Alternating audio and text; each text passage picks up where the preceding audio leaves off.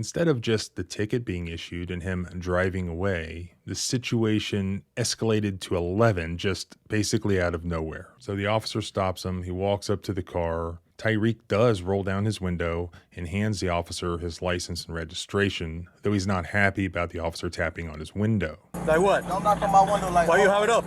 Then when it was time for the officer to go back to his scooter and do all the traffic ticket things, he decides that he does not like Tyreek sitting in his car with the window up because he rolled the window back up.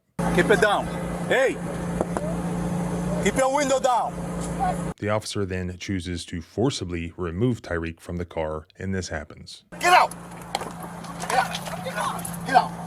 Get out! Damn! Was Tyreek treated this way because he posed some immediate safety threat to the officers? Or was it for the purpose of teaching him a lesson about respecting the police? When we tell you to do something, you do it. You understand? You understand? Not what you want, or what we tell you. You're a little confused. I'm getting out, bro. Too late.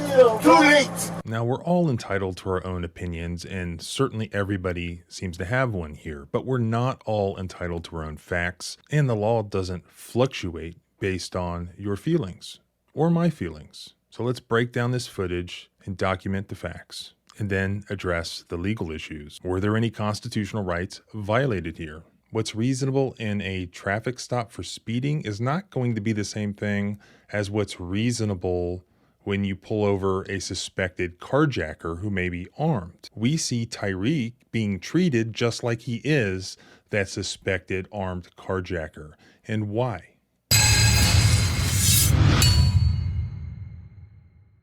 Many of you have discovered that it can be nearly impossible to find a civil rights lawyer.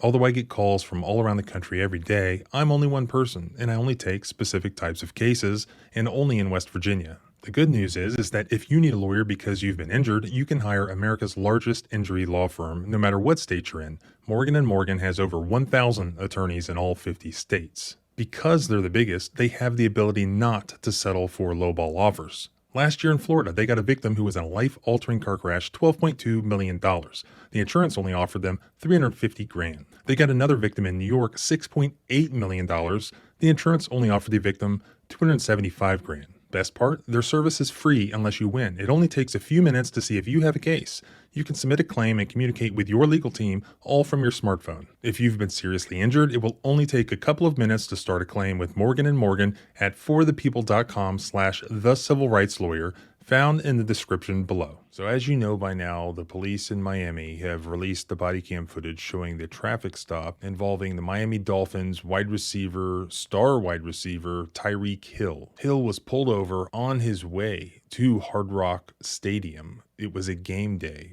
just hours before the opening game of the season. At the very beginning of the body cam footage, as is usual, we see the video, but we don't yet hear the audio. The footage does show Hill appearing to speed by in his $350,000 McLaren car. I don't see any indication of how fast the car was traveling because there's no audio, and I don't hear it referenced later. But subsequently, as I understand it, Hill was cited with careless driving after the fact. It doesn't appear to be anywhere near some of the things you've seen on social media of him driving 150 miles per hour or even 100 miles per hour. It appears to be maybe a 20 miles per hour, possibly 30 mile per hour sort of speeding violation.